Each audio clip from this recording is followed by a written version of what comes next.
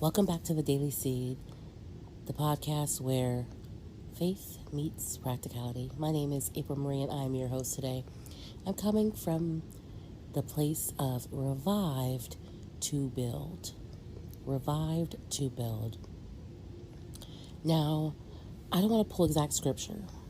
I just want to talk to you when I heard this. I was like, God, give me a word for this, because I know that Daily Seed, the podcast, has been revived to build nations, revived to build hearts, revived to build minds, revived to build faith, revived to build.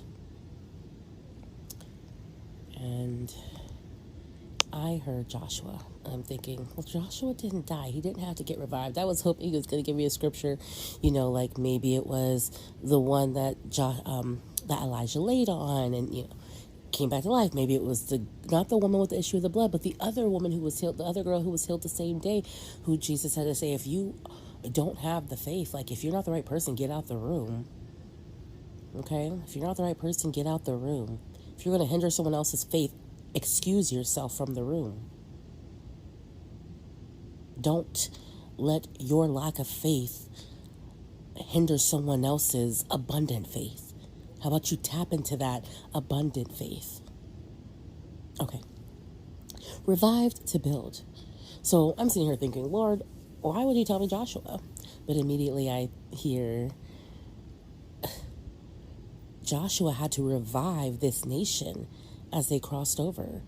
This, honestly, if you think about, this was a dead nation, my God. This was a dead nation because they were walking through the wilderness for 40 years.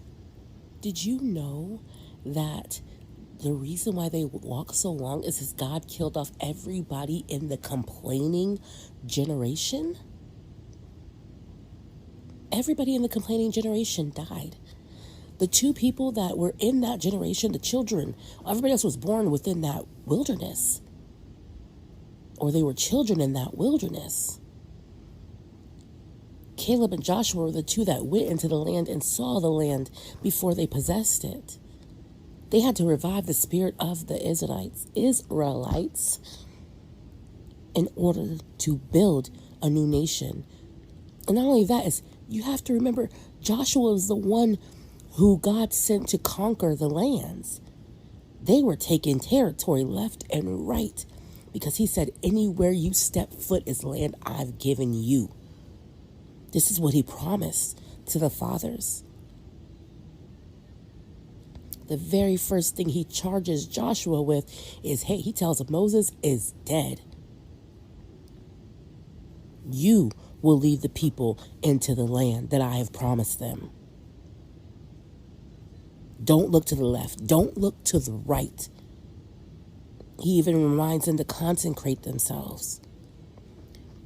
Joshua was sent to revive the promise of a nation.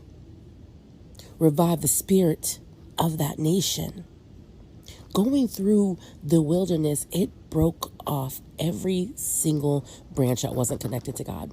Every complainer died. Every one of them.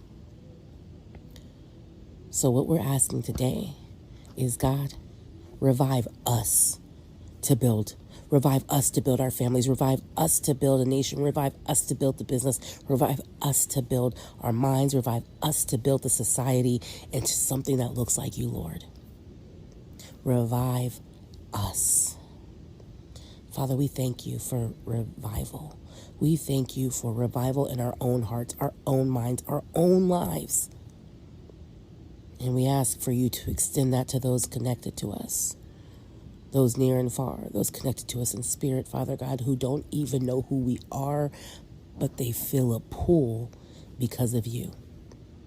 We thank you for giving this opportunity to revive an old thing and make it new. We trust you, we believe you, and we love you. In Jesus' name, amen. I'll see you guys next time.